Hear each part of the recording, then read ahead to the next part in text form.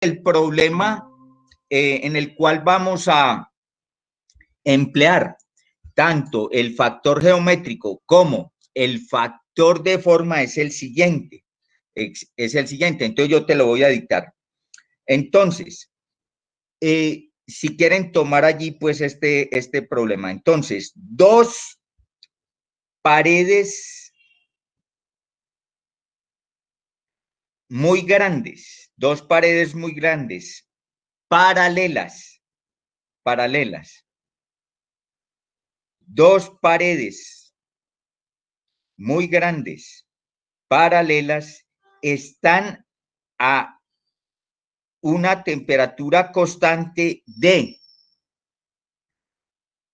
1000 Fahrenheit y 800 Fahrenheit.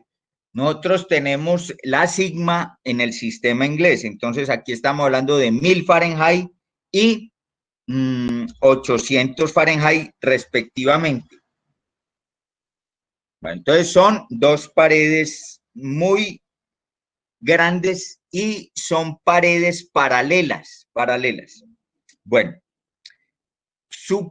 punto de Guido, suponiendo que son cuerpos negros,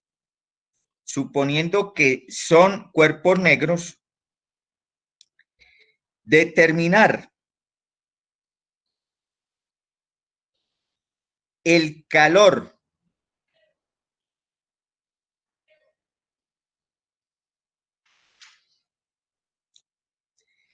que se debe remover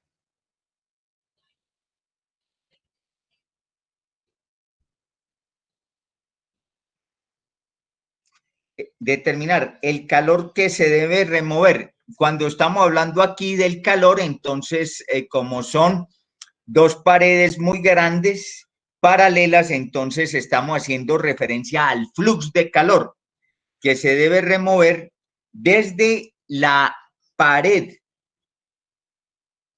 más fría para mantener una temperatura constante.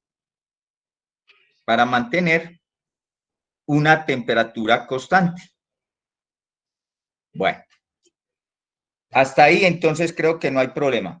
Bueno, entonces, primero que todo, tomemos nota o retomemos esa constante sigma que aparece por allá. Entonces, este es el valor en el sistema inglés. Entonces, tenemos ese valor para la sigma. Punto 173 por 10 a la menos 8. Ojo con estas unidades. BTU, hora, pie cuadrado. Tenemos ranking a la 4. Bueno, entonces las temperaturas obviamente están expresadas en temperatura absoluta. Entonces usted sabe que una temperatura ranking corresponde a la temperatura Fahrenheit más 459.67. Usted sabe esto, usted lo aprendió por allá en sus cursos anteriores. La temperatura en la escala absoluta ranking que tenemos nosotros por acá, temperatura Fahrenheit más 459.67. Bueno, entonces, fíjate que en esa expresión ya tienes las temperaturas y tienes la sigma, pero entonces falta trabajar con los factores de forma y el factor de emisividad. Bueno, entonces vamos a ver nosotros qué tenemos allí. Entonces me salgo nuevamente para la ventana y tenemos este asunto por acá. Bueno, entonces tenemos estas tablas. Mira, estas tablas nosotros ya las teníamos, pero en otra versión. Esta en particular la usamos nosotros, pero en otra versión. Nosotros usamos esto mismo para ¿te acuerdas de esas escalas que veíamos allí? Pero nosotros utilizamos, digamos, una información que era mucho más legible que la que está contenida acá. esta también aparece en otra pieza que ustedes tienen, pero repito, las que nosotros manejamos a la hora de resolver esos problemas, pienso yo que son más legibles que estas que tenemos acá. Bueno, y tenemos, voy a agrandar aquí este asunto, entonces tenemos aquí, en este caso, estos factores de forma y el factor de emisividad. Bueno, entonces, ¿qué tenemos acá? Tenemos en el caso E. Entonces, si quieren, pueden señalar ahí el caso E. Entonces, nosotros tenemos este caso E. Y entonces dice que las superficies 1 y 2 son planos infinitos. Ustedes saben qué es esto, muy grandes, paredes muy grandes y son paralelas, paralelas. Entonces, ¿qué pasa con el factor geométrico, el factor de forma? 1, vale 1. ¿Por qué razón? Porque yo me paro en el plano 1 y veo completamente el plano 2, viceversa. Entonces, aquí este factor vale 1, el factor de forma. Y el factor de emisividad, entonces, corresponde a 1 entre este denominador que tienen ustedes allí, siendo esta la emisividad del primer cuerpo y esta la emisividad del segundo cuerpo. Bueno, nosotros sabemos que esa emisividad corresponde al poder emisivo de un cuerpo, numerador, y en el denominador el poder emisivo del cuerpo negro a la misma temperatura. Como se trata de cuerpos negros, en esta consideración, en este problema, estas dos placas, estas dos paredes son cuerpos negros, entonces esa emisividad corresponde a 1. Epsilon sub 1 corresponde a 1 y epsilon sub 2 corresponde a 1. Entonces me regreso para allá y entonces, ¿qué tenemos? Tenemos lo siguiente, que esta epsilon sub 1 corresponde al poder emisivo del cuerpo, pero ese es un cuerpo negro, dividido entre el poder emisivo del cuerpo negro a la misma temperatura. Entonces aquí obtengo 1. Y lo propio obtengo para el cuerpo 2, para la placa 2. Quiere decir que esto me queda 1 más 1 menos 1, entonces esto me queda 1. Finalmente todo este término se hace 1. Entonces este es 1 y este es 1. Entonces yo puedo hacer el cálculo directamente con la expresión que nosotros tenemos acá. Entonces, permíteme, ya me traslado para esta expresión. Recuerden que esto es Q minúscula en la nomenclatura que nosotros manejamos en el curso. Esta es una nomenclatura que se manejaba por allá en otras épocas, en las épocas de Donald Kern. Y entonces, pero repito, esto corresponde para los efectos que nosotros tenemos, corresponde a la Q minúscula.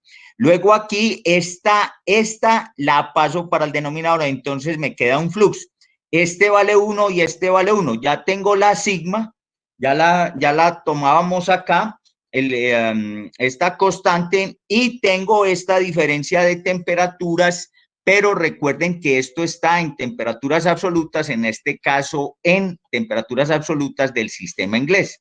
Entonces, ustedes ya pueden hacer perfectamente el cálculo. Entonces, hagan ese cálculo y me reportan el mismo y entonces ya tenemos allí esa consideración, no solamente del factor de forma, sino también del factor de emisividad. Yo les envié por allá a ustedes unas tablas en las cuales encuentran esas emisividades de los distintos materiales, Entonces, bueno, tienen por allá también esa información. Bueno, entonces ahora sí, decime cuánto te arroja ese cálculo. ¿En qué unidades vamos a sacar nosotros ese cálculo? Obviamente en unidades de flux de calor. ¿Cuáles son las unidades de flux de calor en el sistema inglés? Son BTU hora, que esa es la Q, y en el denominador pie cuadrado también, pie cuadrado. BTU hora, pie cuadrado. ¿Cuánto te arroja ese cálculo?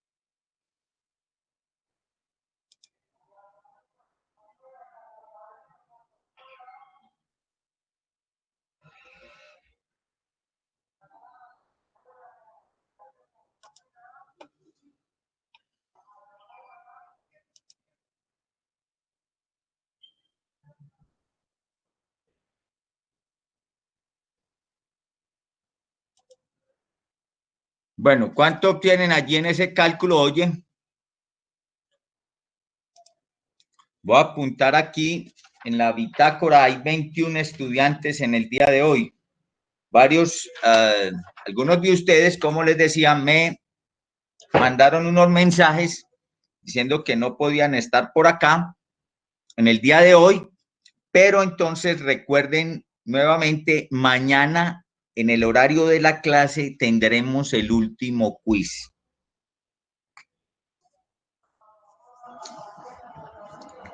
Bueno, ¿cuánto obtienes allí? ¿Alguno que me dé una respuesta? Repito, unidades BTU, hora, pie cuadrado, unidades de flux de calor.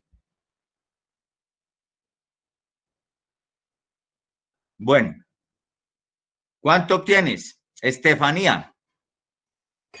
Profe, a mí me dio 3.497.030 BTU por hora pie cuadrado. Muy bien, muy bien. Ese valor está esencialmente bien. La pregunta es, ¿todos pudieron obtener ese valor? Es un cálculo aritmético muy sencillo. Tienes que tomar esas temperaturas, esos 1000 Fahrenheit y pasarla a Rankine. Tienes que tomar los 800 Fahrenheit, pasarla a Rankine. Recuerden que cada una de esas temperaturas está elevada a la cuarta. Esa es la ley de la cuarta potencia de Stefan Boltzmann. Ustedes recuerdan muy bien eso. Y entonces ya haces allá la diferencia, etcétera, y obtienes ese valor que reporta Estefanía. Ese valor está esencialmente bien. Bueno, pasemos al último problema de radiación. Pudiéramos hacer muchos más, pero se trata de que entiendas en esa expresión cómo se calculan los distintos componentes de la misma, y entonces por esa razón pues escogí estos problemas con el objeto de que puedas seleccionar allí. Bueno, entonces, siguiente problema. El problema siguiente es muy parecido al anterior, muy parecido al anterior. Entonces, vamos, se los voy a dictar para que ustedes lo tomen allí. Si los dos planos o si las dos paredes, si los dos planos o si las dos paredes en el ejemplo anterior tienen emisividades, entonces ya no son cuerpos negros, tienen emisividades de 0.6 y 0.8, determinar el intercambio neto de energía en términos, pues obviamente, del flux de calor, porque se trata de planos que son muy grandes, planos infinitos que están enfrentados uno a otro. Bueno, entonces necesito que hagas ese cálculo. Ahí tienes que obviamente el factor de emisividad ya va a tomar un valor diferente de 1, etcétera. Tiene la misma diferencia de temperaturas y entonces vamos a ver qué pasa allí cuando no, cuando estas paredes dejan de ser cuerpos negros y se convierten en cuerpos grises. Y entonces, ¿qué es lo que tenemos allí? Bueno, a ver, ¿cuánto te arroja ese cálculo ya con esta variación que tenemos allí?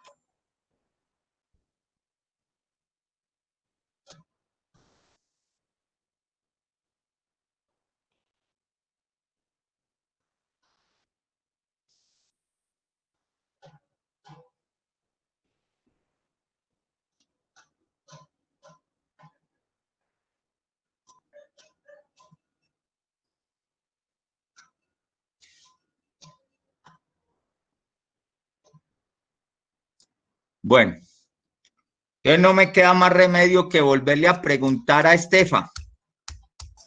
Profe, espera que ya lo estoy calculando, deme un segundito. Bueno, muy bien. Profe, 1678.8841. Bueno, todos pudieron obtener ese valor. ¿Mil qué? 1678.8841.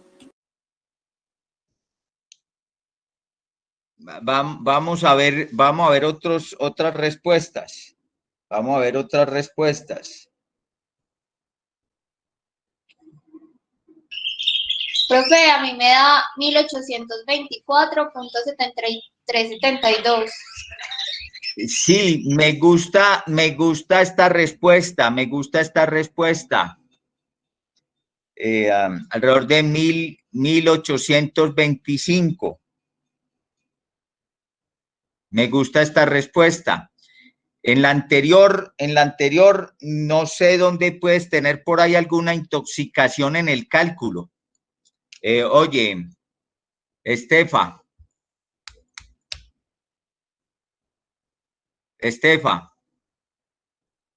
Profe, yo no fui la que le di ese valor, yo ya lo estoy acabando de calcular.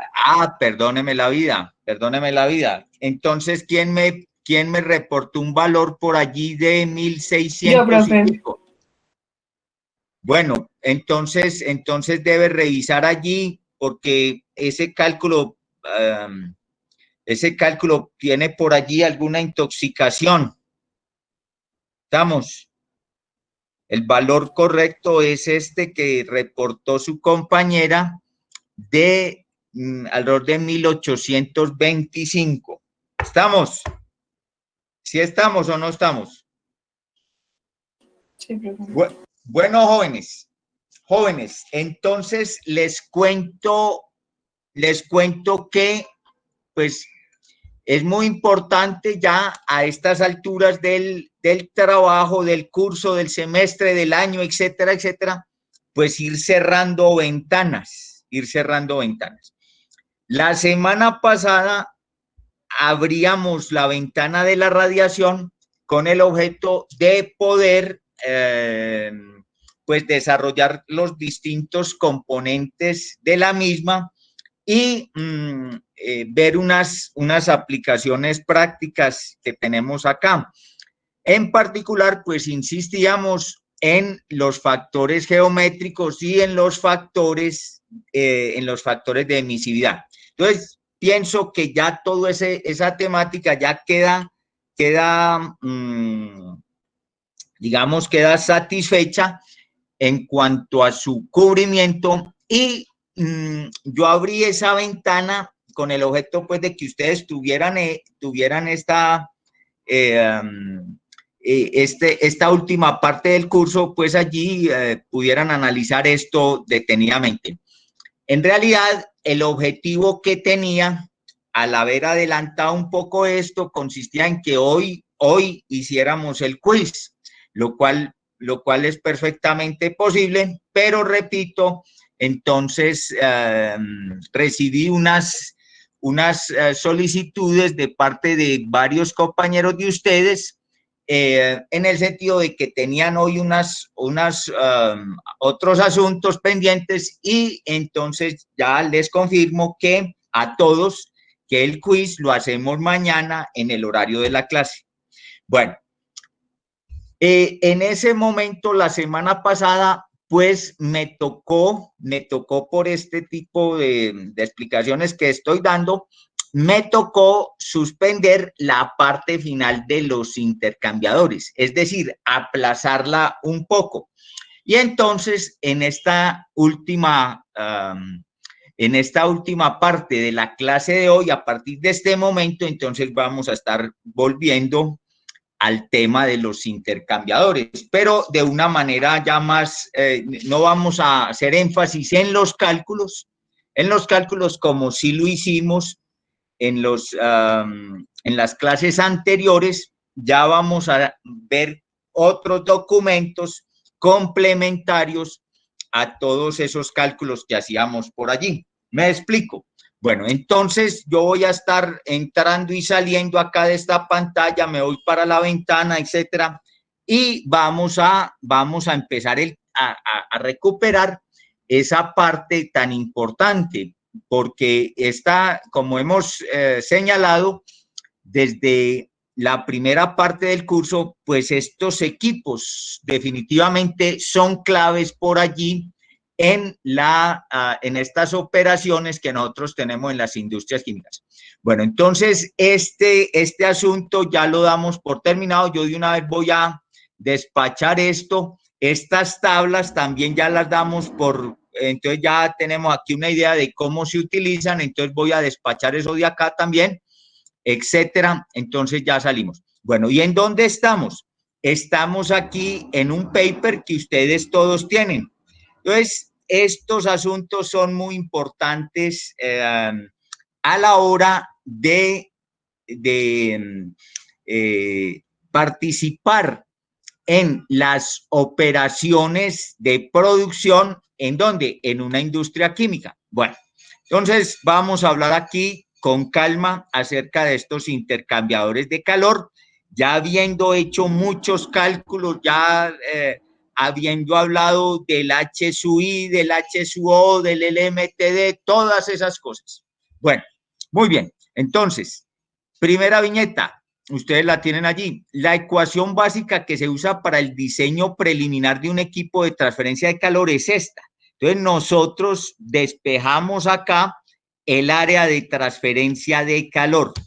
Y esa área de transferencia de calor, pues tiene muchos propósitos en las industrias químicas. Uno muy importante, el área de transferencia de calor es el criterio para el costeo de esos equipos. Entonces, fíjate que nosotros finalmente empezamos el curso hablando del signo pesos, y fíjate que lo terminamos hablando exactamente de lo mismo, del signo pesos. ¿Sí o no? Entonces, esta es una variable muy importante. Recuerden que yo les pregunté por allá en el quiz conceptual, les pregunté cuál es una variable clave en transferencia de calor que no es una variable termodinámica. Y esa variable, pues obviamente era el tiempo. Por allá alguien me contestó, me habló del tiempo, lo cual está bien, y me habló también de este signo pesos. Pues yo no preguntaba del signo pesos allí, pero obviamente yo siempre califico lo que está bien y vi que me contestó el tiempo, entonces este estudiante sacó ese punto bien. Bueno, entonces, repito, empezamos hablando del signo pesos y aquí terminamos con el signo pesos. Bueno, si nosotros estamos hablando de intercambiadores de calor de coraza y tubos, esa A es el área de la superficie exterior de los tubos en contacto con el fluido que circula por la coraza. Entonces es el A sub O que nosotros denominábamos por allá en los problemas que resolvíamos. Bueno, muy bien. Por acá tenemos nosotros vimos esencialmente dos tipos, que son los que se imponen, que son los intercambiadores de doble tubo y estos intercambiadores de coraza y tubos. Por allá nosotros leíamos en unos apartes escritos por McCabe Smith, hablábamos de que estos intercambiadores de calor de doble tubo se emplean en situaciones en las cuales el área de transferencia de calor es menor. Allá en McCabe hablábamos de 150 pies cuadrados, pero esto que coloco acá en esta pieza, pues es un poco más amplio y entonces nosotros estamos hablando, aquí se extiende un poco esa consideración. Repito, ustedes todos entenderán que en este trabajo de transferencia de calor, pues hay escuelas de pensamiento, entonces hay unas de estas que son muy conservadoras, otras son un poco más liberales, y en general entonces se extiende un poco esa área y se habla de áreas menores que 300 pies cuadrados. Entonces allí nosotros pues estamos más o menos en ese orden de magnitud con estos equipos intercambiadores de doble tubo. Pero entonces viene la pregunta. Bueno, ¿y cuándo se emplean los otros intercambiadores de coraza y tubos? Entonces, alguien dice, pues obviamente cuando tengo áreas mayores de 200 pies cuadrados, mayores que 300 pies cuadrados, entonces necesariamente estoy por allá ya manejando necesariamente un intercambiador de calor de coraza y tubos. Bueno, muy bien, hasta ahí vamos bien. Pero, y entonces la pregunta siguiente es, bueno, ¿y cuál es el área máxima que puede manejar un intercambiador de calor de coraza y tubos? De coraza y tubos. Bueno, entonces, esa pregunta siempre me la formulé yo. En mi época, pues definitivamente no pude encontrar una respuesta cuando yo era un estudiante universitario. No pude encontrar una respuesta para eso, una respuesta satisfactoria, etcétera, etcétera. Bueno, entonces ya te voy a mostrar y seguí yo buscando y más adelante, ya cuando estaba por allá en el posgrado, entonces me encontré con esta otra que también hace las veces de regla de dedo, Entonces, para intercambiadores de calor de coraza y tubos, intercambiadores de calor de coraza y tubos, el límite práctico de una unidad es esta área. El área de transferencia de calor debe ser menor que 5,000 pies cuadrados para propósitos tanto de diseño como de propósitos ya prácticos como de manejo del equipo, montaje del equipo, mantenimiento, etcétera, etcétera. Entonces tenemos esto. Bueno, y quería decirles que dónde me vine a encontrar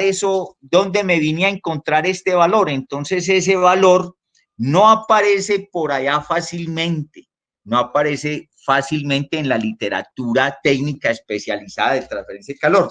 Entonces no sé si estarán viendo la portada de este libro que se llama Project Evaluation in the Chemical Process Industries, y me lo vine a encontrar por aquí en este libro. Este libro es escrito por un amigo que trabajaba en este entonces, trabajaba por allá en la Dow Chemical, en la Dow Chemical, y era profesor también en la Universidad de California. Y entonces este amigo por acá recoge este dato, que en el sentido de que estos intercambiadores de calor deben tener áreas menores de 5,000 pies cuadrados. Entonces, fíjate, ¿dónde aparece la información? Entonces, la información aparece, no aparece reunida como uno quisiera, Y eso pues lo he experimentado yo, tanto desde el punto de vista práctico del papel que uno cumple allá en las industrias químicas, como también aquí todo este trabajo que nosotros desarrollamos en las distintas disciplinas académicas, en particular en estas disciplinas que tienen que ver con estas operaciones de transferencia, con estos fenómenos de transporte, con estas operaciones unitarias. Entonces, no está toda la información reunida. Entonces, por esa razón, yo aquí en el curso, en este curso, y ustedes pues son testigos de eso, me ha tocado referenciar a muchos autores, muchos investigadores, etcétera, etcétera. ¿Por qué? Porque es la única forma en la cual pues uno puede obtener, digamos, una información cierta acerca de todas estas problemáticas, en este caso en particular acerca de esos equipos.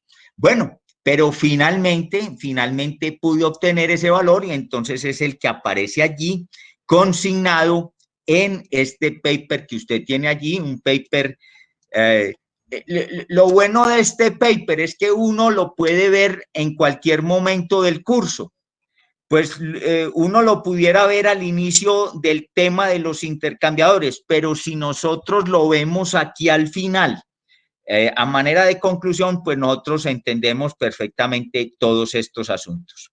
Bueno, por aquí entonces se habla de la forma en la cual se maneja la U. Ustedes tienen otras tablas, o mejor, unas gráficas en las cuales se puede calcular la U. Vamos a ver si yo las traigo por aquí, las cito. Entonces, estimating, estas eran estimating overall. Permíteme un segundo, por acá la traje. Por acá, vamos a ver si me sale directamente allí. Entonces, ¿estás viendo esta? Oye. Sí, profe. Bueno, entonces, fíjate que esta es una forma de estimar ese coeficiente global. Lo estimamos a partir de esto. Fíjate que solo tomamos finalmente un H sub I, un H sub O, y entonces por aquí hay un fluido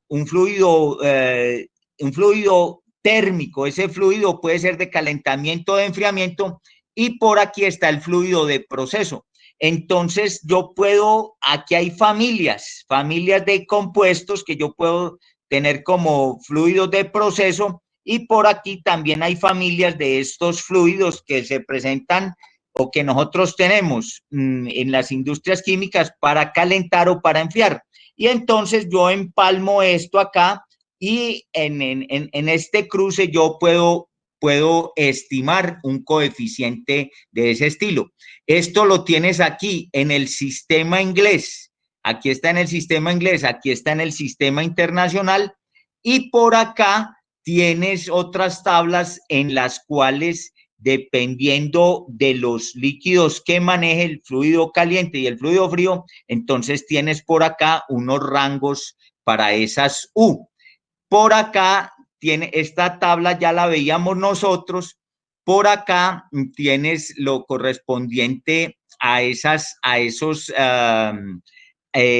sub D. Por acá tienes valores de H sub D. Esto está por acá en el sistema internacional.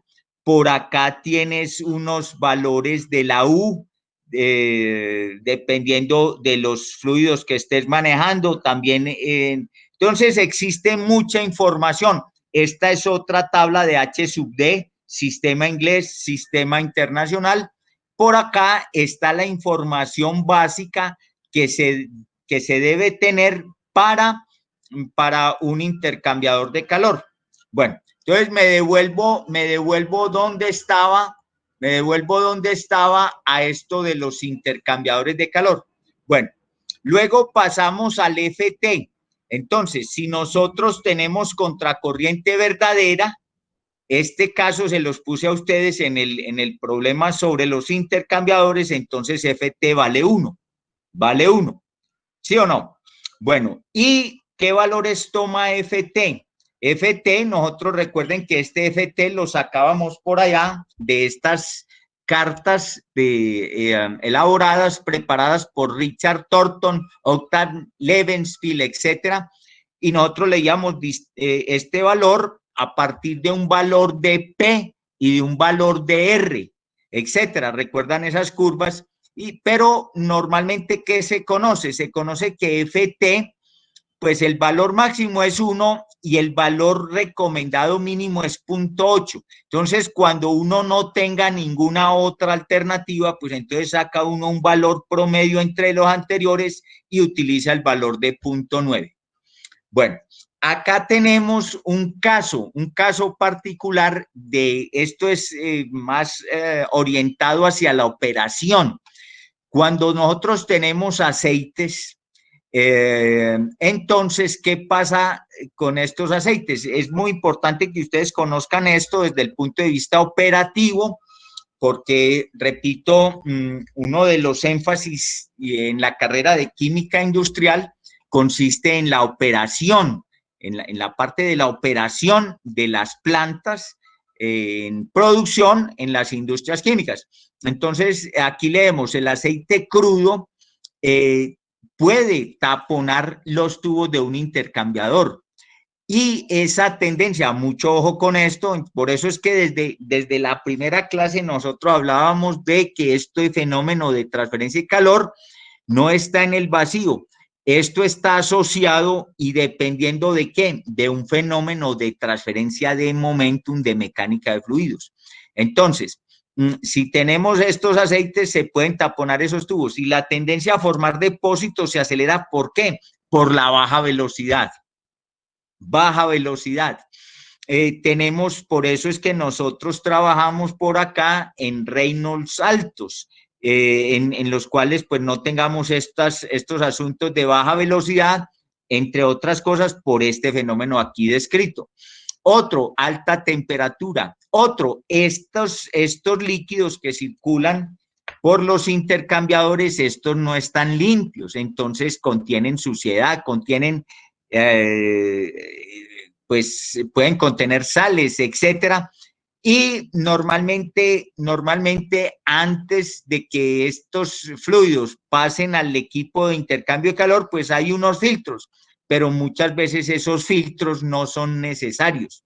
Y entonces dice aquí, aunque el intercambiador esté nuevo, vaya a entrar en operación, el flujo de aceite a través de todos los tubos no es igual. ¿Por qué razón?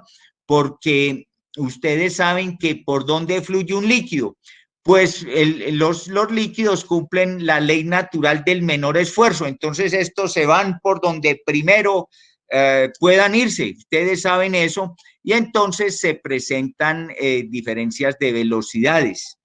Bueno, y en unos tubos en donde se obtengan velocidades menores, entonces esos tubos tienden a calentarse demasiado y estos aceites que circulan por allí también, obviamente, y esto promueve la formación de depósitos y obviamente hacen que el flujo por estos elementos se restrinja.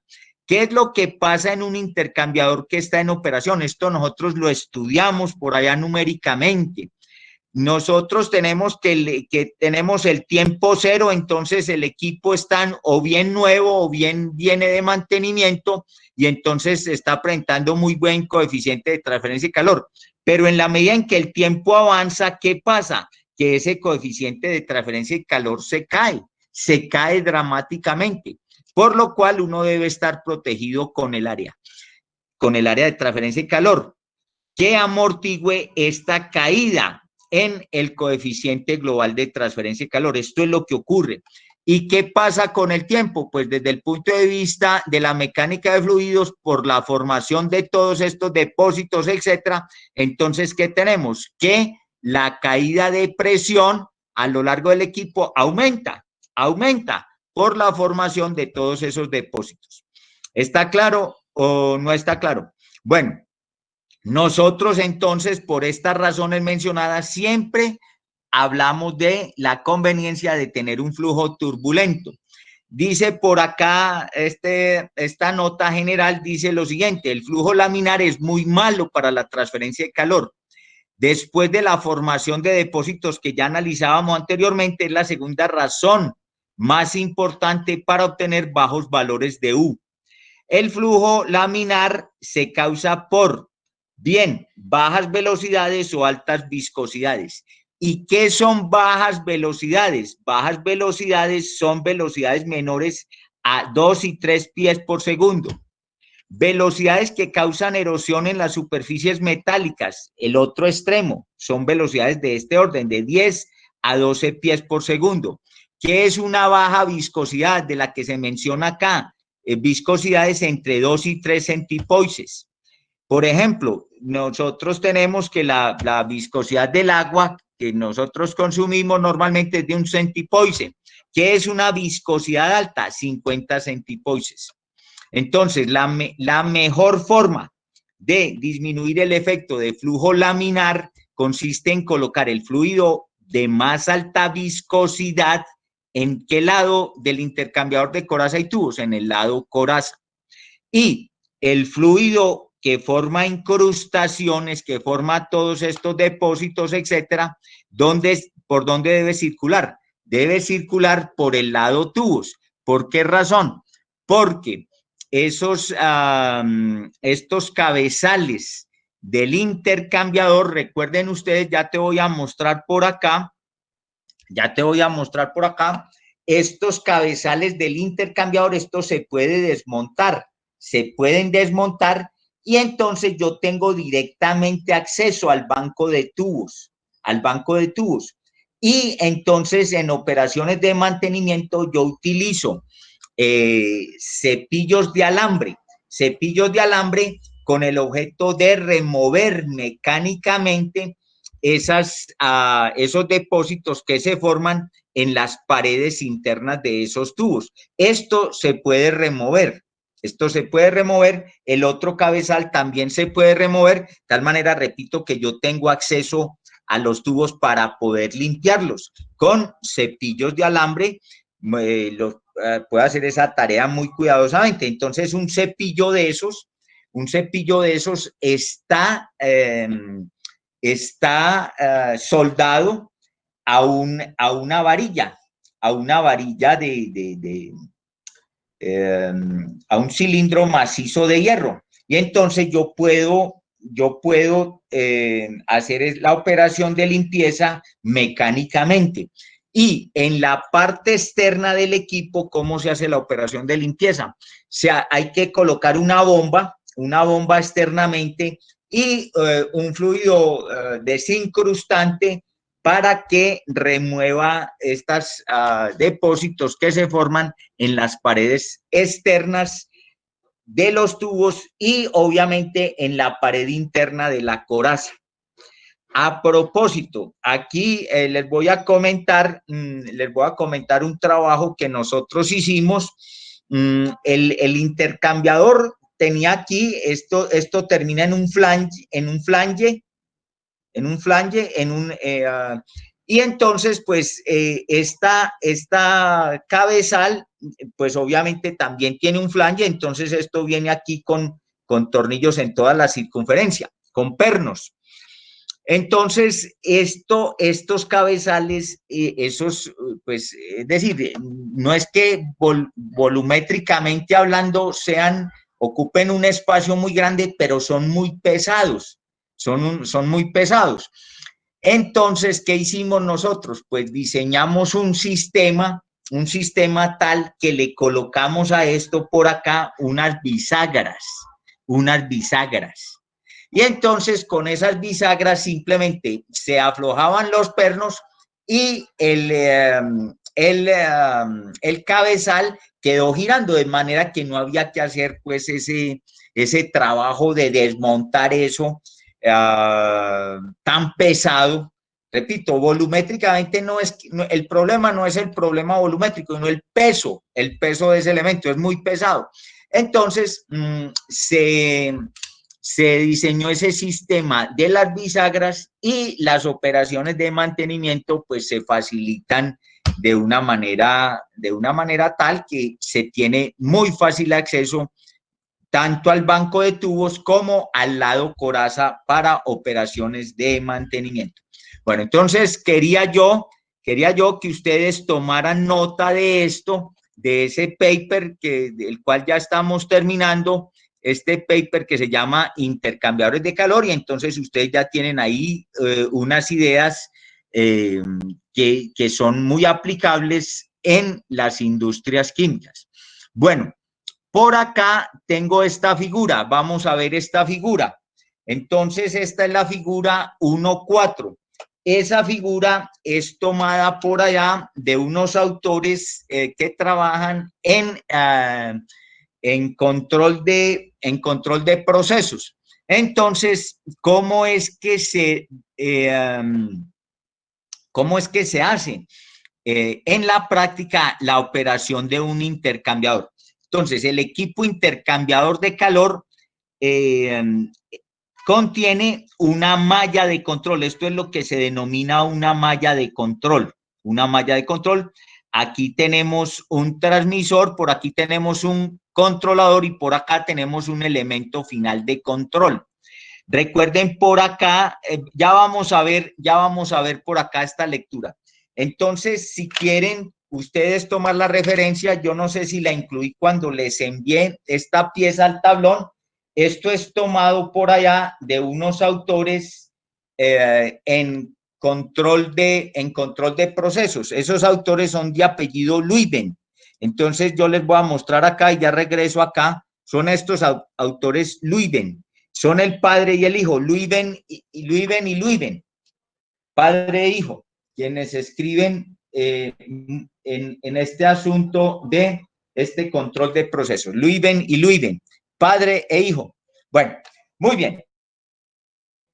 Y entonces vamos a ver cómo es esta operación ya de un intercambiador en una planta, en una operación en particular. Entonces voy por acá y cómo es esa malla de control, en qué consiste esa malla de control. Bueno, entonces ahí tenemos esto, ¿cierto? Bueno, dice, considere el intercambiador de calor que está aquí esquematizado en esa figura. Dice, una corriente de aceite pasa a través del lado tubos en un intercambiador de calor de coraza y tubos y se calienta por medio de vapor, steam, que se condensa en el lado coraza. Entonces, aquí viene este steam de la planta, del edificio chiquito, ¿cierto? Procedente del edificio chiquito, ustedes ya saben a qué me refiero, y entra por aquí a la coraza y obviamente por aquí hay una trampa de vapor. Y este aceite que se está calentando por acá para una operación subsiguiente, más adelante, aguas abajo en el proceso, entra por aquí en el lado tubos de este intercambiador de coraza y tubos. ¿Está claro o no está claro? Fíjate que toda esta terminología ya la entiendes muy bien. ¿Por qué? Porque ha sido la terminología que nosotros hemos usado a lo largo del curso, la terminología técnica en el idioma inglés. Bueno, entonces dice acá, el condensado de vapor o el vapor condensado sale a través de una trampa de vapor. Ya usted sabe que es una trampa de vapor, es un instrumento que permite que solo el líquido condensado pase a través de él, previniendo que el vapor salga por allí o pase por allí, es decir, reteniendo el vapor dentro de este equipo para que pueda cumplir su función de transferencia, y este aceite de transferencia de calor y este aceite que entra por aquí a una temperatura, pues pueda salir por aquí a una temperatura mayor. Entonces, dice acá lo siguiente, ya desde el punto de vista del control de esta operación, nosotros queremos controlar la temperatura del aceite que sale del intercambiador de calor. Entonces, aquí a la salida hay un sensor de temperatura. Esto aquí es un termowell. Esto es un termowell. Un termowell es, hagan de cuenta, un tubo de ensayo, pero metálico. Y entonces ahí en ese termopozo, en ese termowell, está el sensor de temperatura. Allá está el sensor de temperatura y este sensor de temperatura envía una señal a un transmisor de temperatura. Vamos a continuar con la lectura. Entonces, nosotros queremos controlar la temperatura del aceite que sale del intercambiador de calor. Para hacer esto, se inserta una termocupla en un termopozo. Esto es termocupla o termopar. En un termopozo en la tubería de salida del aceite. Aquí. ¿Está claro? Bueno, muy bien. Los alambres de la termocupla están conectados a un transmisor de temperatura TT, transmisor de temperatura, que es un dispositivo electrónico que convierte la salida de la termocupla en milivoltios a una corriente que va entre 4 y 20 miliamperios, y esa corriente es una señal de control, Entonces aquí eso es lo que hace este transmisor de temperatura que nosotros tenemos, convertir una señal que viene por acá en milivoltios, convertirla a una señal, a una corriente eléctrica muy baja, entre 4 y 20 miliamperios. Esta señal de corriente es enviada a un controlador de temperatura. Aquí tenemos el controlador de temperatura y este controlador de temperatura puede ser un dispositivo bien electrónico, bien digital o bien neumático que compara la temperatura deseada en este punto del proceso, que es fijada allí como set point, con la temperatura. A ver, ¿quién me dice qué significa esta palabra? Yo la voy a resaltar por acá. ¿Cómo traducirías vos esta palabra que estoy subrayando acá? ¿Eso qué traduce? ¿Alguno que me diga? Actual. ¿Qué traduce? Por eso quise tomar el texto en inglés, precisamente para evitar los false cognates. En inglés, cuando se está manejando inglés-español, entonces hay una cantidad de false cognates. Y entonces ahí es donde está el problema. Bueno, ¿qué traducción le damos a esa palabra? ¿Alguno que me ayude? Vuelvo allá a la ventana y entonces alguno que me ayude con esa palabra. ¿Qué traduce esta palabra actual? Oye.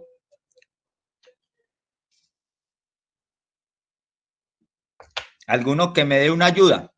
Oye, ¿vos sí estás todavía ahí o no? ¿Ya te fuiste? Veo que hay 18 estudiantes por acá. Había 21 hace un momento. En este momento hay 18. Hay 18. ¿Qué traduce esto? Alguien me dijo por allí, pero no escuché bien. ¿Me puede repetir? A ver, preguntémosle a Luis David Izaza.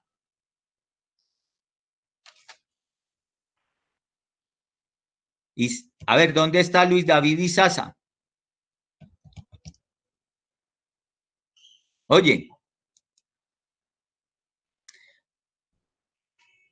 ¿Me confirma si está bien la señal o no? Sí, profe, la señal está bien. Bueno, y entonces, ¿qué traduce esa palabra, Estefa? Actual. Bueno. Mira. Profe, no sé, yo estuve mirando y sale como si fuera la temperatura real o algo así. Bueno, esta palabra actual, uno se sentiría tentado a decir, no, la temperatura actual, no. En realidad, esto hace referencia a la temperatura real. Esto actual significa real. ¿Me explico? Ese es el significado de esta palabra, real. Esto significa, no sé si puede uno colocar por aquí, esto significa real, real. ¿Está claro? Bueno, entonces, repito, esta señal de corriente se envía a un controlador. Ese instrumento compara la temperatura deseada en este punto del proceso, que es alimentada aquí a este equipo como set point, con la temperatura real en un momento dado de la operación y envía una señal a la válvula de control, Entonces, de aquí se envía una señal ¿hacia dónde? Hacia la válvula de control, elemento final de control. Y entonces dice acá,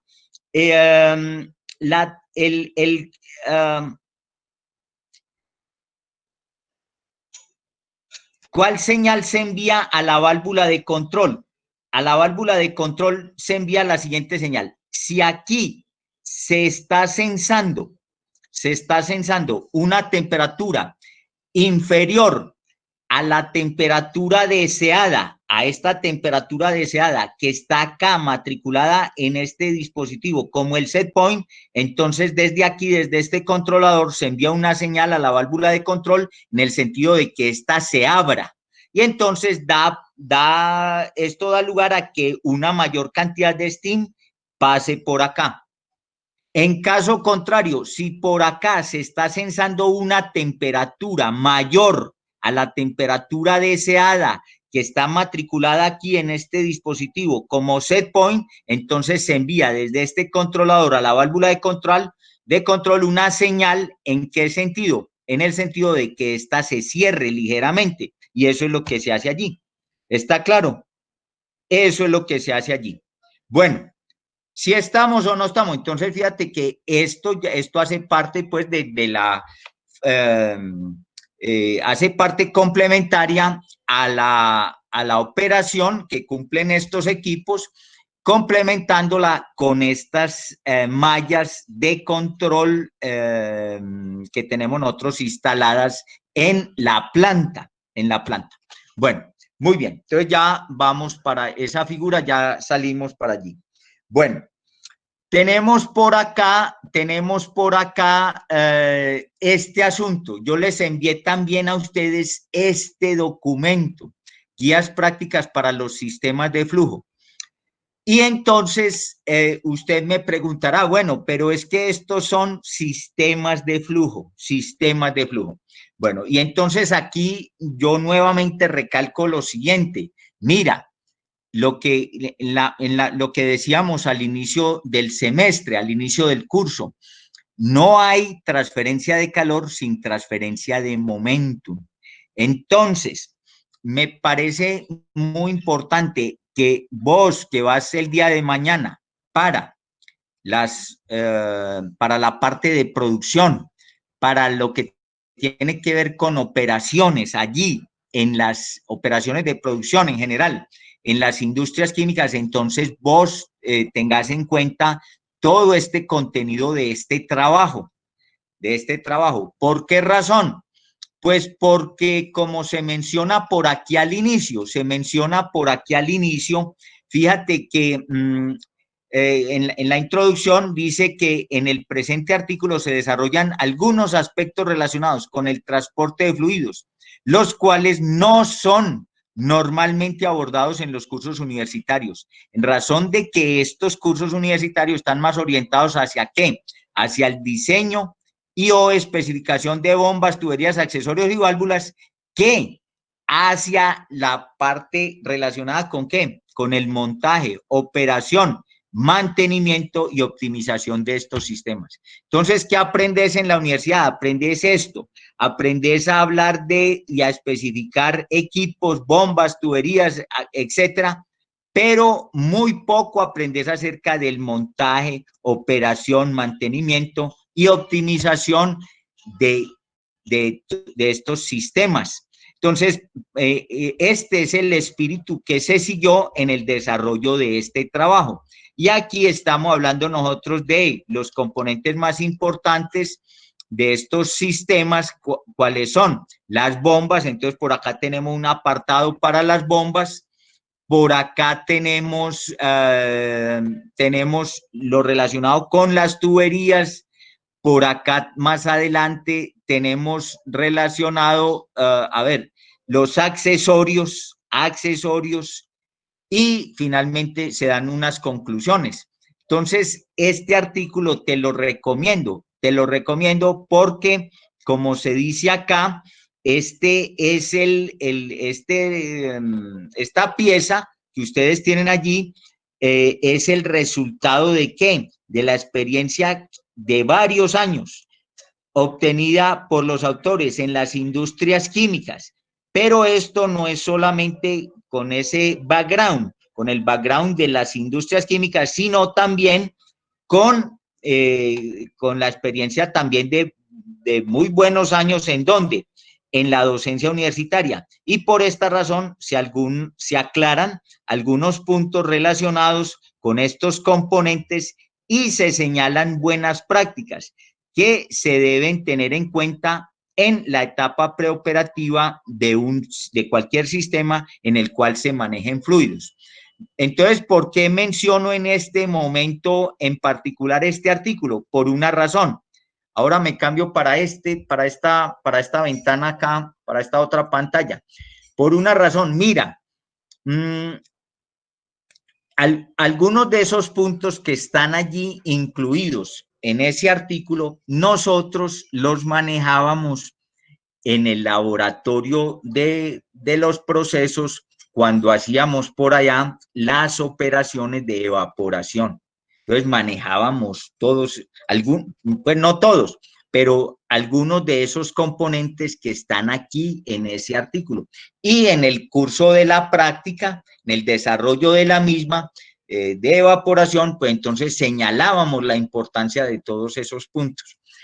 En esta oportunidad, nosotros, pues por razones que todos entendemos, no desarrollamos esa práctica presencial, pero entonces me quedo yo tranquilo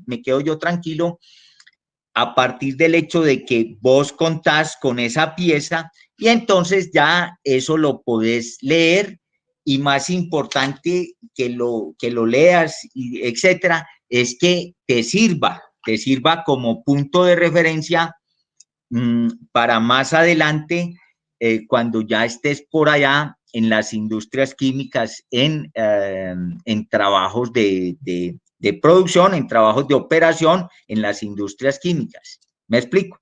Rescato en particular de ese artículo un componente muy importante que vos has tenido siempre en el olvido, por razones del programa que nosotros tenemos acá. ¿Cuál es ese componente? Ese componente es lo que se menciona aquí, entonces lo voy a subrayar. Este componente clave en las industrias químicas, el mantenimiento. ¿Sí me explico? Mantenimiento. Entonces vos has sido, eso sí me consta a mí, has sido marginalmente informado acerca de ese componente. Y yo tengo que pues obviamente utilizar esta tribuna de una clase aquí universitaria para señalarte a vos que has estado o que has sido marginalmente informado acerca de ese componente tan importante.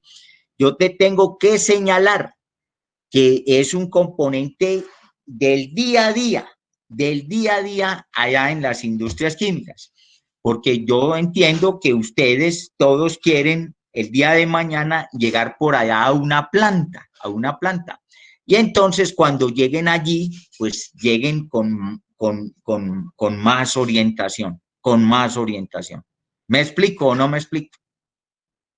¿Está claro? Entonces, siempre que yo puedo destacar la importancia que tiene el mantenimiento en las plantas, en las industrias químicas, pues lo hago. ¿Por qué? Pues porque yo vengo de allí, y entonces, pues me veo en la obligación de mencionarte pues todas estas realidades que allí tenemos. En particular esa del mantenimiento. Recuerdo que por allá, cuando iniciábamos el curso y tomábamos un paper prestado de otro curso que yo dicto, que ese tiene que ver con overall key aspects involved in a complete plant. Ese lo veíamos ahí al inicio. Y por allá, en esas columnas que analizábamos, también aparecía lo relacionado con el mantenimiento.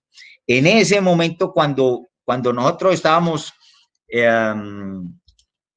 analizando esa pieza y estábamos por allí donde decía mantenimiento, entonces me acuerdo que yo también hice por allí un comentario adicional al respecto.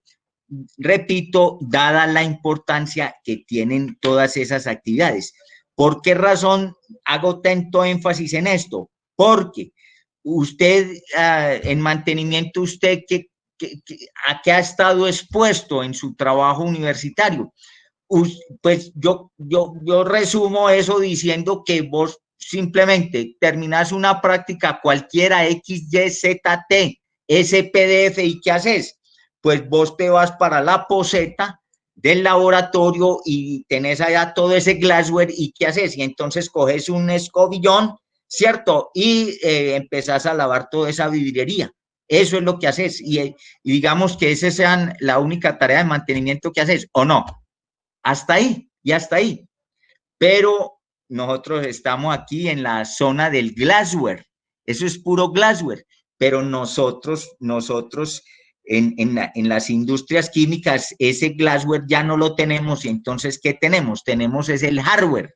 El hardware. ¿Y qué es el hardware? Todos estos equipos de los cuales hemos hablado en el semestre, y entonces ya tenemos otras consideraciones, etcétera, etcétera. ¿Me explico o no me explico?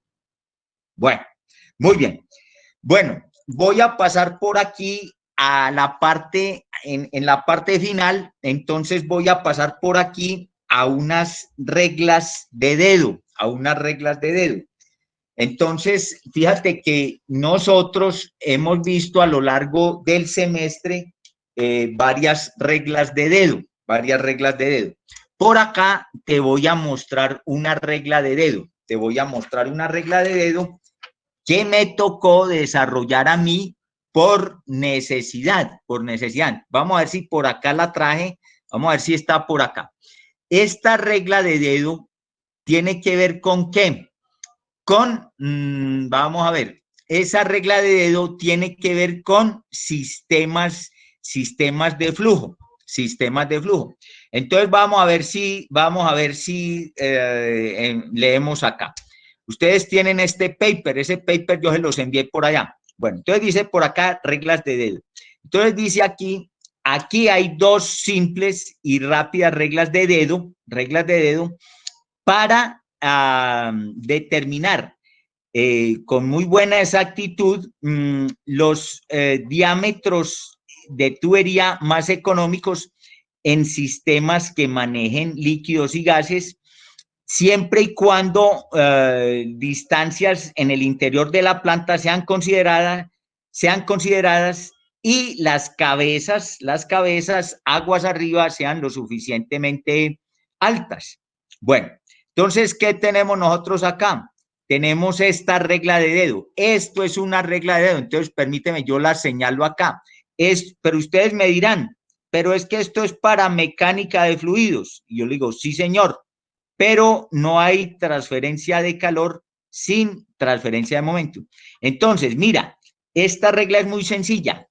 Para líquidos, el diámetro de la tubería en pulgadas, esto es igual al flow rate, volumetric flow rate, pero ¿en qué unidades? En litros por segundo a la 0.5, es decir, raíz cuadrada del volumetric flow rate en litros por segundo. ¿Sí me explico? Bueno, y entonces, ¿de dónde viene esto?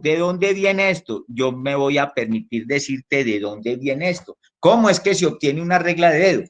Y esa regla de dedo me tocó desarrollarla a mí en una situación de necesidad, y si vieran todo lo que me ha servido. Entonces, para que vean que esto es un trabajo que podemos hacer todos.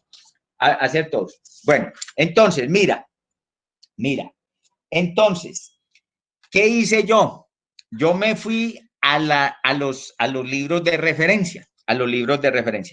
Entonces, yo consulté en un libro de referencia cuál es una velocidad promedia para líquidos en flujo turbulento, Entonces, ¿qué hice? Me vine para donde este amigo, yo les he hablado a ustedes mucho de este amigo, entonces me vine para donde este amigo que se llama Max Peters. Este es el libro del cual yo he hablado tantas veces y este es el autor que me ha servido a mí tantas veces, como en esta.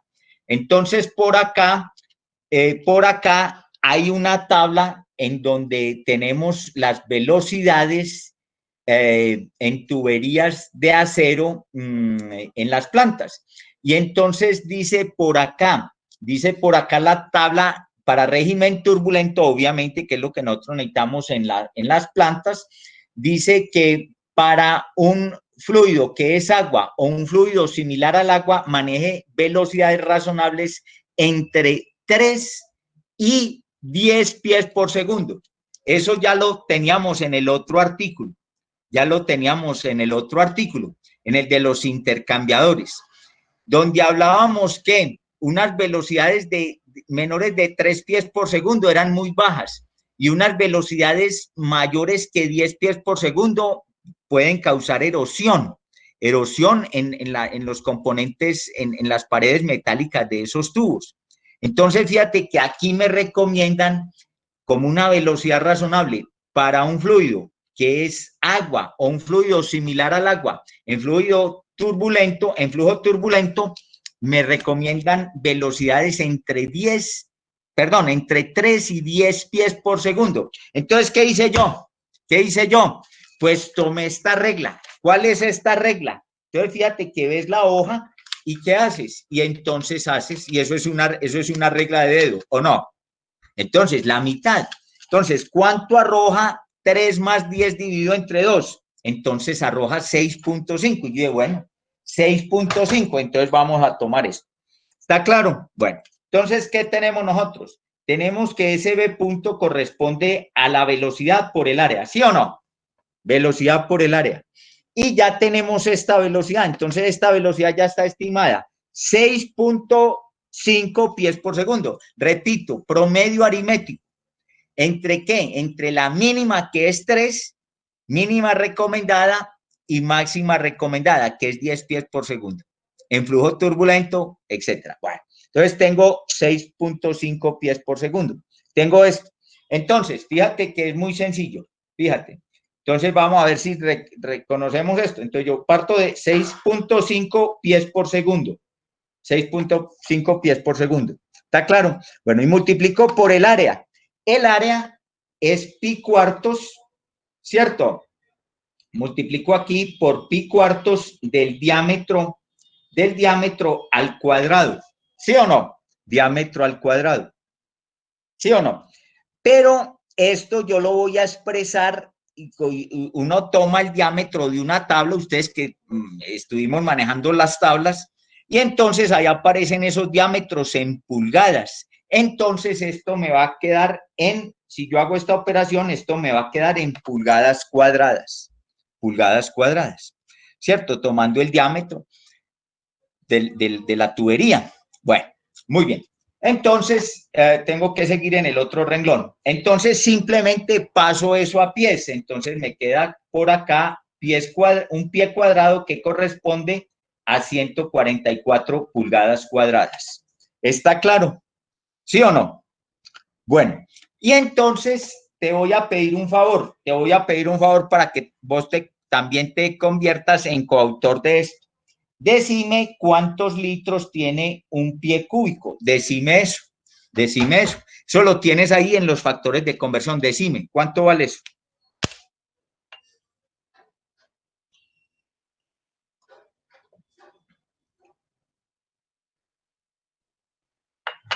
¿Cuántos litros tiene un pie cúbico? Decime cuánto es eso.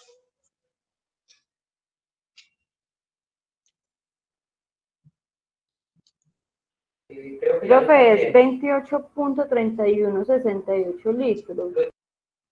28. 31. ¿Qué más? 7. 28, 31,7 Sí, litros. profe. Bueno, esto me dice, ¿cierto? Eso me dices. Bueno, entonces, pregunta, ¿qué unidades te quedan aquí a este lado? ¿Qué unidades te quedan a este lado? ¿Qué unidades te quedan para ese B punto a este lado?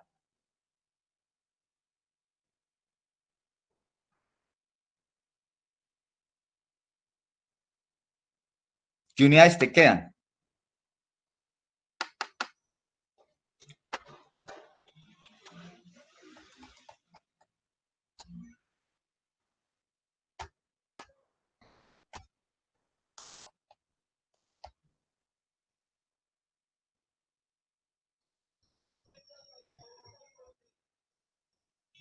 Profe, en litros por segundo. Litros por segundo. Entonces te queda que este B punto en litros por segundo, esto es igual a ¿cuánto? ¿Y cuánto te queda esto por acá? ¿Cuánto te queda todo ese mugrero por acá en cálculos? ¿Cuánto te da eso?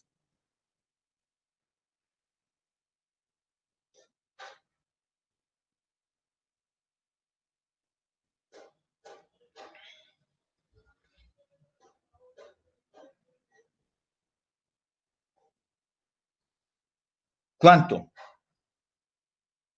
Profe, ya lo estoy calculando.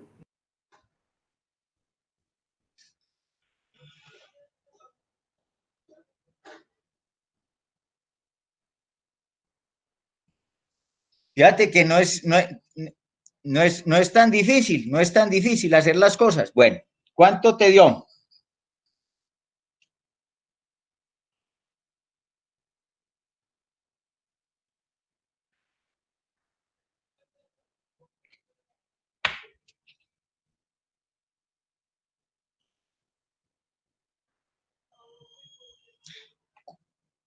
Eso te queda, este diámetro te queda al cuadrado, ¿cierto? Ese diámetro te queda al cuadrado y aquí te queda un número. ¿Cuánto es este número que hay acá, este coeficiente acá? Pero fíjate que nosotros originalmente este diámetro lo tenemos ¿en qué? En pulgadas, ¿cierto? Bueno, ¿cuánto te queda esto acá? Profe, me da 1.0039. 1.0039. Y en buen romance, este 1.0039, ¿esto a cuánto se aproxima? Como dijera un profesor allá, o a cuánto tiende un profesor de A matemáticas. 1, profe. Tiende a 1, tiende a 1. O sea que sí. Entonces, fíjate que yo ya llegué a este punto. ¿Y en qué consiste la regla de dedo? La regla de dedo consiste en decir, a partir de ese razonamiento, que el diámetro en pulgadas, ¿cierto? El diámetro en pulgadas corresponde ¿a qué? A la raíz cuadrada de ¿quién? De ese B punto. Espérate que esto no me está escribiendo. Espérate.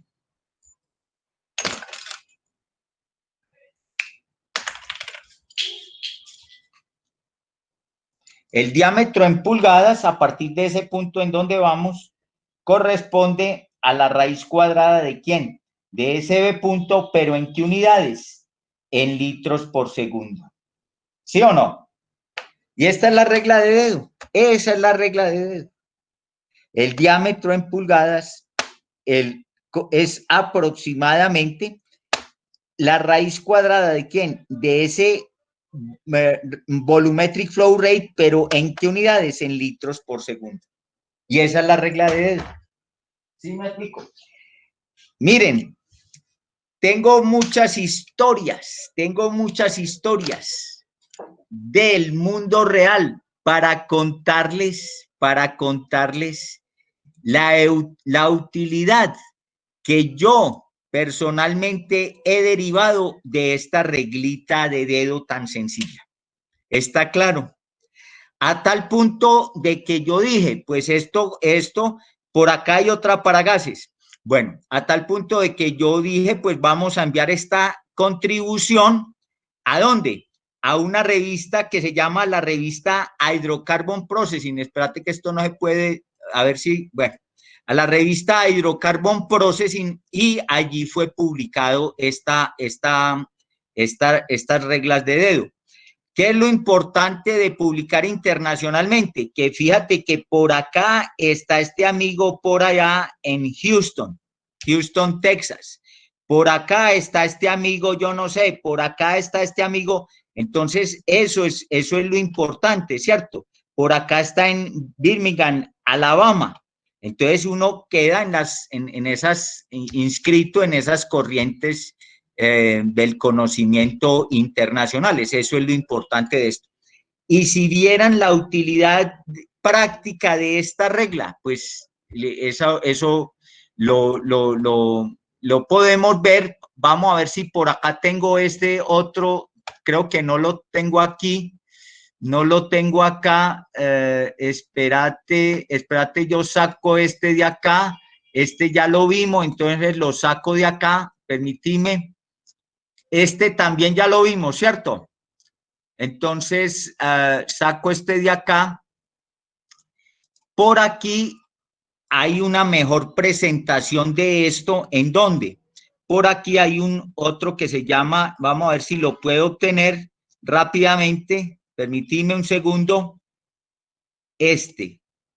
Bueno, no, ese ya lo tenía por allá, pero no. Bueno, sí, ya.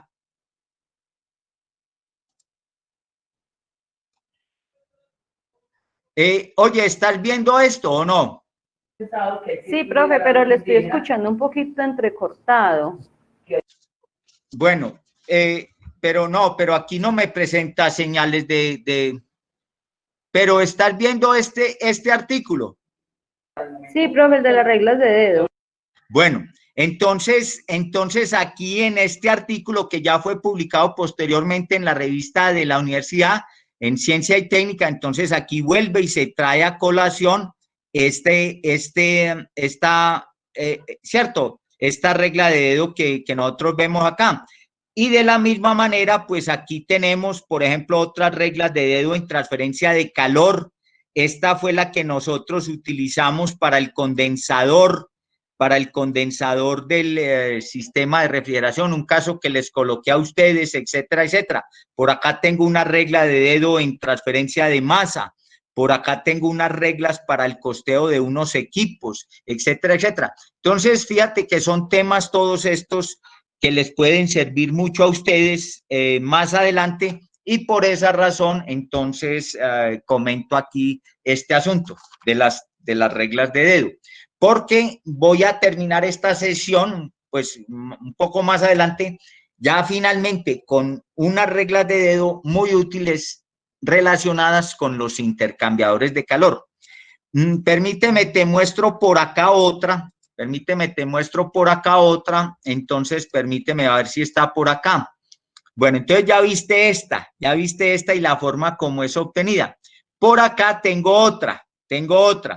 Entonces, este fue un caso de un equipo existente que nosotros teníamos en la planta y teníamos el diseño del mismo.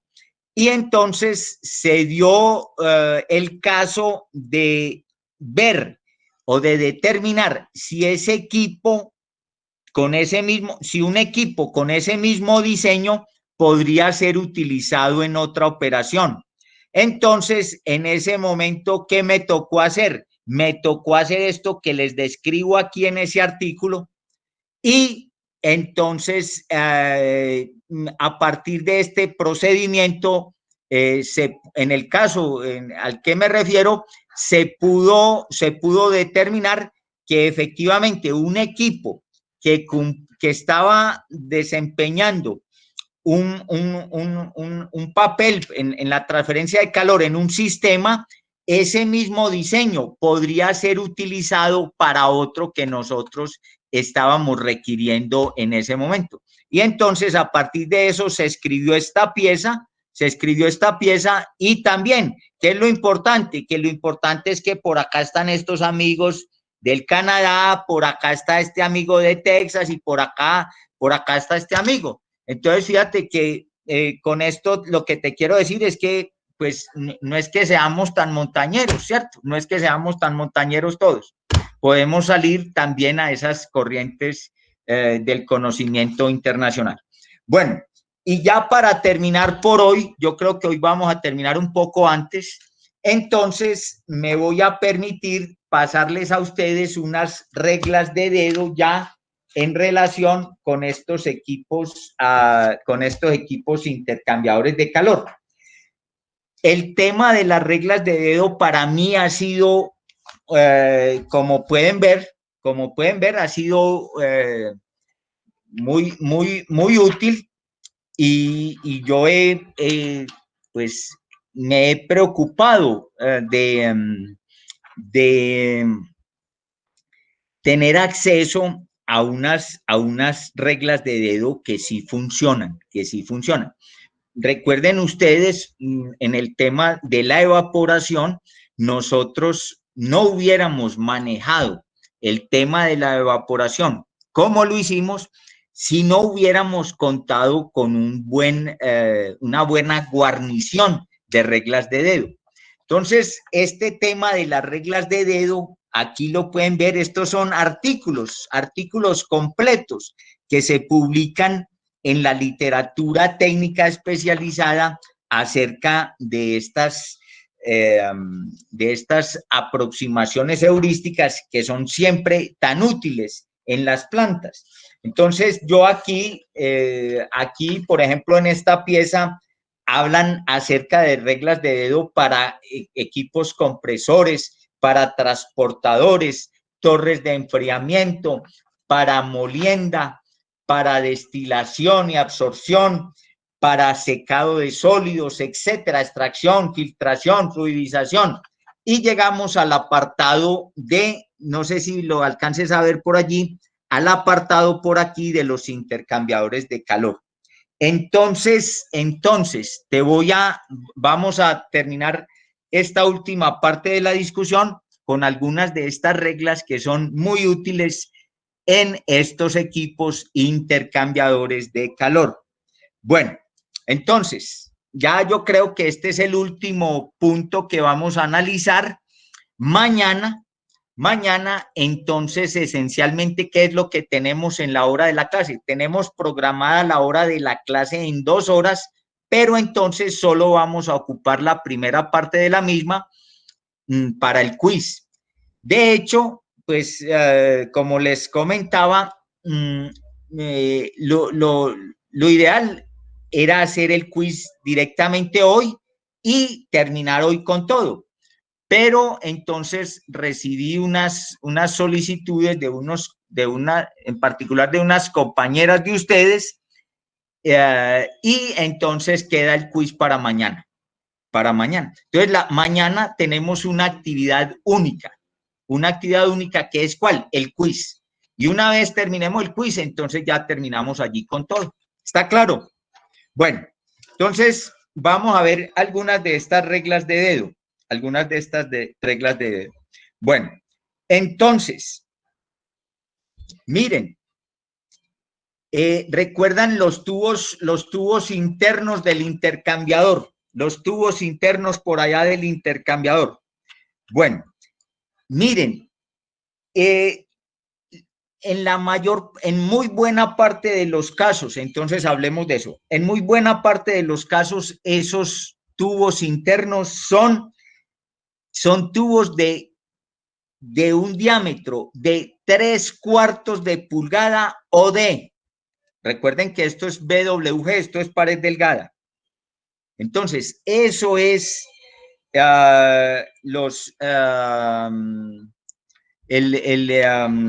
lo que tenemos allí en un intercambiador. 3/4 de pulgada. El espaciamiento, 1 pulgada. 1 pulgada. Ustedes ya saben a qué me refiero.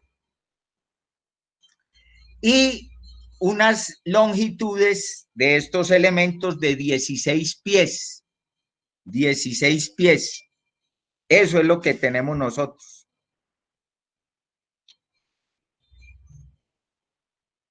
Bueno. Eso es lo típico en estos equipos. Bueno, muy bien. Luego, otra regla de dedo. otra regla de dedo que hay por acá muy útil. Lado tubos, ya lo teníamos nosotros en el otro paper anterior, lado tubos ya lo teníamos. Entonces, el lado tubos es para fluidos corrosivos.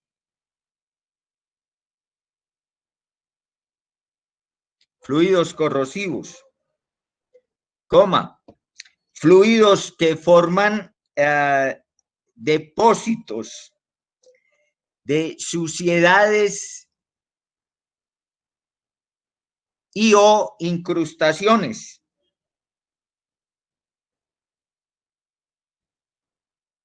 Y fluidos que están a altas presiones. Y fluidos que están a altas presiones. Entonces, todo eso va por el lado tubos.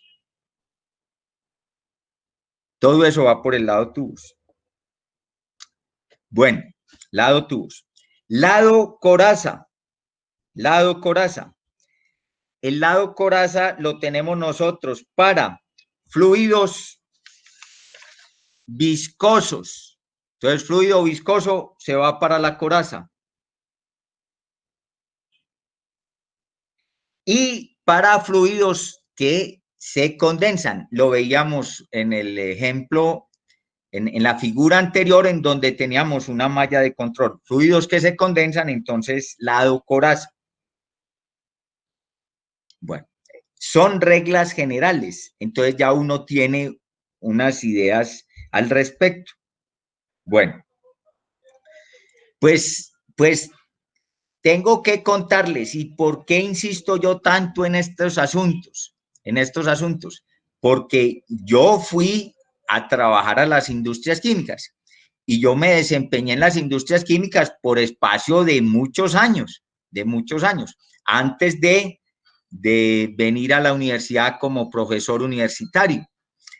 Y cuando yo llegué allí a las industrias químicas, pues yo tenía una formación académica muy buena, pero te digo, formación académica muy buena, sí, pero todos estos componentes, o muchos de los componentes en los cuales yo he insistido a lo largo del curso, no, yo no tenía esos componentes, Entonces, ¿qué me tocó hacer a mí? Pues me tocó estrellarme solo contra el mundo. ¿Me explico? Pero entonces ya, por eso es que nosotros tomamos este enfoque, por eso es que escribimos ese artículo de las guías prácticas para los sistemas de flujo. ¿Cuánto hubiera yo querido tener un artículo como ese antes de haber ido allá a las plantas? ¿Cuánto hubiera querido yo conocer más y mejor acerca de esas reglas de dedo antes de ir allá a las plantas? ¿Sí me explico? Entonces, por ejemplo, ese artículo que te digo allí, ese artículo de los guías de prácticas para los sistemas de flujo, ese artículo, ¿a quién se lo escribimos? Ese artículo, en lo que respecta a mí, me lo escribí yo a mí mismo, pero en épocas de tiempo muy diferentes. Me lo escribí aquí, adelante, pero habiendo querido tener acceso al mismo por aquí, por allá aguas arriba. ¿Sí me explico? Y entonces, ¿quién puede sacar muy buen provecho de esto? Vos, que vos estás aquí y entonces te hace falta este recorrido. Vos estás acá y te hace falta este recorrido, pero cuando vas a dar este recorrido, pues lo des de una manera bien informada y no solamente con la información académica. Que es con la que sale un estudiante universitario promedio por allá al mundo laboral. ¿Me explico o no me explico? Por eso es que yo insisto tanto en esto, etcétera, etcétera. Ustedes han visto pues este énfasis a lo largo de todo el curso. Bueno, muy bien. Entonces, tenemos que el lado coraza para fluidos viscosos y para fluidos que se condensan. Bueno, hablemos de las caídas de presión. Caídas de presión son del orden de 1.5 PSI para líquidos en ebullición. Y están esas caídas de presión en un rango entre 3 y 9 PSI para otros servicios. ¿Sí recuerdan? Esa fue una discusión que nosotros teníamos por allá. Teníamos por allá esa discusión cuando empezamos a hablar del H que obteníamos por allá a través de Ditus Volter y más adelante de Sider and Tate. Bueno, ese H depende de qué, depende del diámetro, pero ese diámetro está en el denominador y está a la punto 2. Entonces, ¿qué hago? Yo quiero un H grande. Bueno, desde el punto de vista de transferencia de calor. Entonces, ¿qué hago para obtener un H grande? Pues utilizo un diámetro más pequeño, porque el diámetro está en el denominador a la punto 2. Entonces, un diámetro más pequeño me da un H más grande. Pero, ¿y qué pasa con la mecánica de fluidos? ¿Sí o no? Entonces, todo eso hay que tenerlo en cuenta. Bueno, muy bien. Bueno, entonces estamos hablando agua de torre. Cuando utilizamos agua de torre, fíjate que por allá en un caso que yo les coloqué a ustedes, estuvimos hablando de cómo se obtiene el agua de enfriamiento en una planta y entonces estábamos hablando de las torres de enfriamiento. Bueno, entonces para el agua de torre,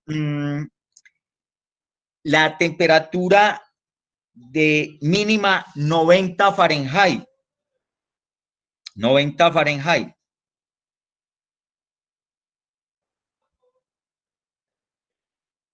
Y máxima 120 Fahrenheit. 120 Fahrenheit. Ojo con esa temperatura de 120 Fahrenheit. Si es un agua que no es tratada, entonces esa agua puede contener unas sales por allá, unos sulfatos por allá, cálcicos, por ejemplo, sulfatos de calcio, y recuerden de estas sales que tienen precipitación inversa. Recuerden ustedes que las aguas de las corrientes de agua, de los ríos, quebradas, etcétera, pues son aguas que no contienen, que no son salobres en general, pero un agua de pozo, las aguas de pozo son muy salobres, entonces esos son puntos pues que hay que tener en cuenta para estas temperaturas que se manejan con el agua de enfriamiento. Entonces, un agua de enfriamiento no debe calentarse más allá de 120 Fahrenheit. Bueno, y finalmente vamos a dar como unos valores generales acerca de ese coeficiente global de transferencia de calor para propósitos de estimación. Entonces, la siguiente regla es esta. Para propósitos de estimación, use los siguientes valores de esos coeficientes globales de transferencia de calor en el sistema inglés. BTU, hora, pie cuadrado, delta Fahrenheit. Entonces, los siguientes casos. Tengo por acá unos casos para que tomes unas ideas generales. Si estás manejando agua, por un lado, y por el otro tienes un líquido, entonces por allá ese coeficiente puede ser del orden de ¿cuánto? De 150. De 150. Un agua y un líquido, 150. Si estás, por ejemplo, en un condensador, entonces puedes manejar por allá del orden de 150. Si tenés un líquido A y un líquido B, entonces ya eso empieza a caer. Entonces ya estamos con un líquido A y un líquido B, entonces tenemos por allá del orden de 50. De 50. Y miren cómo se cae esto dramáticamente. Líquido A, líquido B, entonces por allá alrededor de 50. Un líquido y un gas, esto se cae dramáticamente. Entonces pasamos a 5. Cuando hay un líquido y un gas. Cuando hay dos gases, entonces tenemos 5. Tenemos 5. Bueno. Bueno.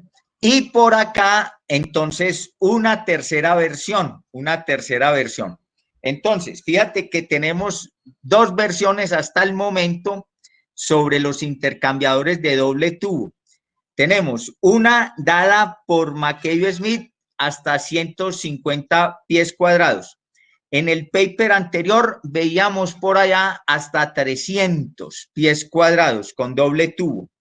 Y aquí, entonces, estos amigos se paran en la mitad, entonces no se van ni tan abajo como el uno, ni tan arriba como el otro, y entonces toman el punto medio, que es muy bueno tomar el punto medio. Fíjate qué fue lo que yo hice con esa velocidad, Entonces, con esa velocidad tenía por acá 3.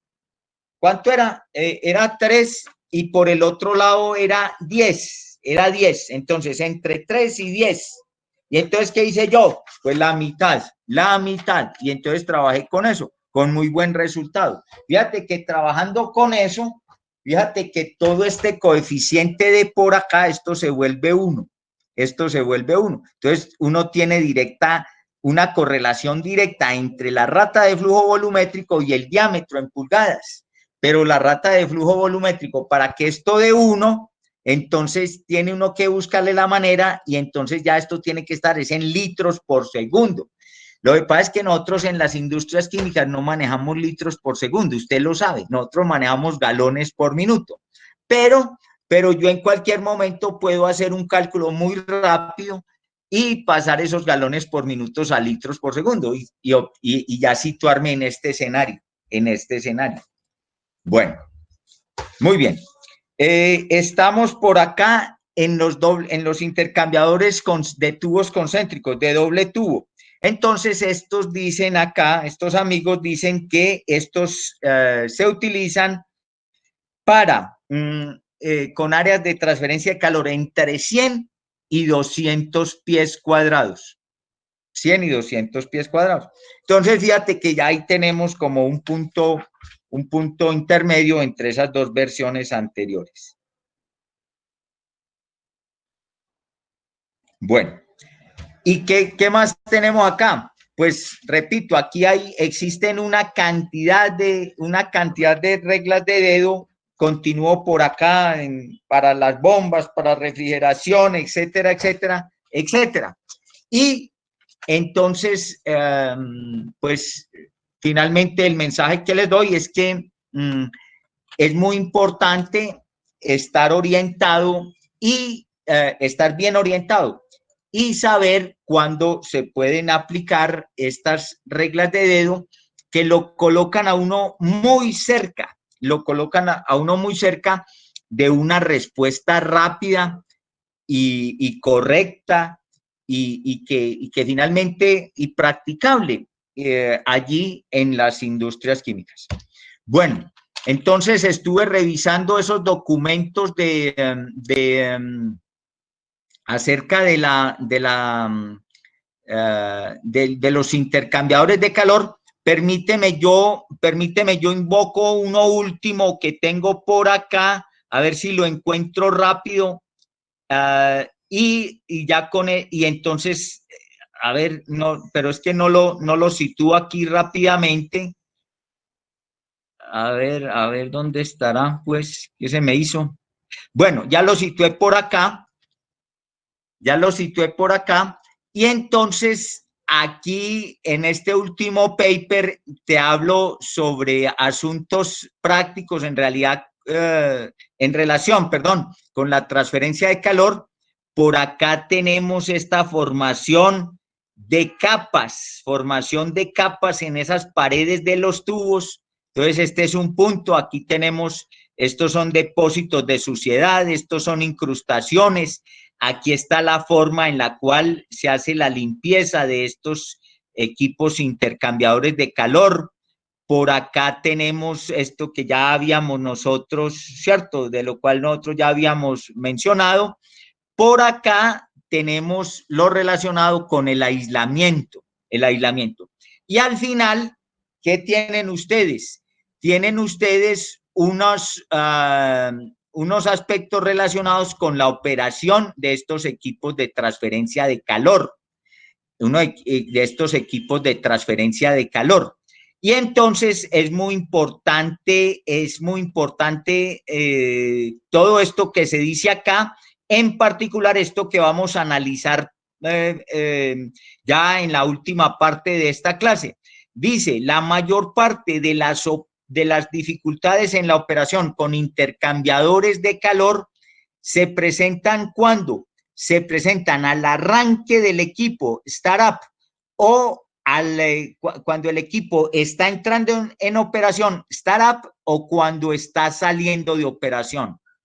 Y entonces dice acá que hay algunas reglas que deben observarse. Y entonces dice por acá, en el momento en que el equipo entra a operación, dice, siempre introduzca el fluido frío primero. Siempre introduzca al equipo el fluido frío primero. ¿Sí me explico? Y dice, suministre el fluido caliente,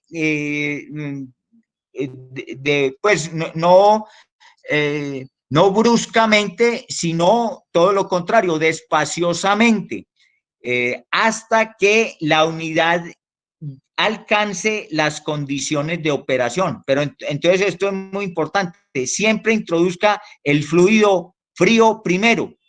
Y cuando este fluido esté circulando por el equipo, entonces agregue el fluido caliente, pero agregue ese fluido caliente paso por paso. Esté seguro o chequee que la unidad esté en todo el volumen de la unidad, esté circulando fluido y no hayan quedado atrapados bolsillos. Eso se llaman bolsillos ¿de qué? De gases inertes, para lo cual se deben utilizar esas conexiones de venteo y de drenaje para eliminar estos bolsillos de gases inertes que puede haber presente en el equipo. Porque antes de que circulen los fluidos por el equipo, ¿qué hay aquí antes de que circulen los fluidos? ¿Qué hay acá? Pues hay aire. Y entonces ese aire hay que sacarlo de allí del equipo. Y en todo el volumen del equipo, pues deben circular solamente los fluidos, uno que se está enfriando y el otro que se está calentando. Bueno, permíteme, ya vamos en esta última parte y entonces, ¿qué tenemos? Entonces, esto es al arranque.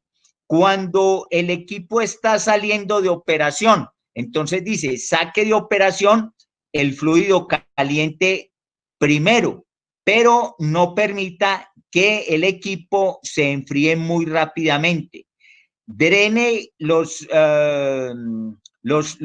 fluidos que pueden causar problema si estos se dejan en el intercambiador. Un ejemplo de esto puede ser agua, el agua. Y aquí dice que esta agua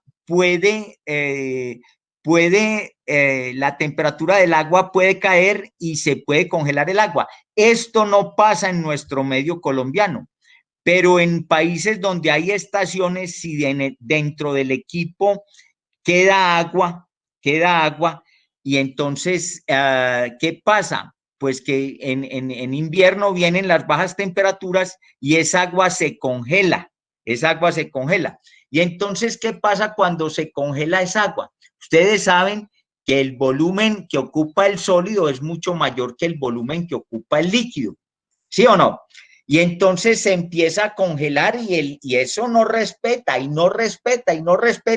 y eso va inundando y entonces hay problemas mecánicos acá en el interior de esos equipos. Pero repito, eso por fortuna no ocurre en nuestro medio colombiano, eso es por allá en otras latitudes. Entonces, se debe observar esta recomendación en el sentido de drenar todas esas corrientes. Y los condensados, entonces siempre drene los condensados que pueda haber tanto al arranque del equipo como cuando el equipo está saliendo de operación. Y entonces, ¿por qué razón? Porque ya también habíamos hablado de esto. Esto reduce la posibilidad de que se forme un golpe de ariete cuando entran en contacto, por ejemplo, el vapor de calentamiento con esos condensados que se quedan por allí retenidos tanto en los equipos como en las tuberías adyacentes. Bueno, por acá vuelvo a hablar nuevamente de este amigo Max Peters, etcétera. Y qué buena manera de terminar la parte de esta parte pues de las clases, haciendo mención de este amigo que tanto me ha servido a mí a lo largo de mi trabajo en la industria química, la parte de las plantas, y también aquí en la universidad, en estas clases en particular, en estas clases de transferencia de calor. Señores, les cuento que son las 11:57, les cuento que por acá hay 17 personas en el chat, les cuento que ya terminamos, no nos queda pendiente sino el quiz de mañana, que tiene que ver con un tema único, que es el tema de la radiación. ¿Está claro? Bueno, si alguno de ustedes tiene alguna pregunta por allí, me gustaría escuchar su pregunta. O si no, entonces ya quedamos listos para ese trabajo mañana, su trabajo final. Entonces los espero a todos puntualmente a las 10 de la mañana para esa actividad. Una actividad única, tema único, etcétera, y ya con eso damos por terminado todo este trabajo que empezamos nosotros. Aquí sí me voy hacia el mes de agosto. Empezamos por allá, en la semana número 1, por allá, empezamos con ustedes el martes 18 de agosto. Por allá tuvimos la primera clase, martes 18 de agosto. Y entonces ya estamos por acá a 3 de diciembre, hoy Día Panamericano del Médico, y entonces ya estamos terminando. No nos queda sino mañana el quiz. ¿Quién tiene alguna pregunta final por allí?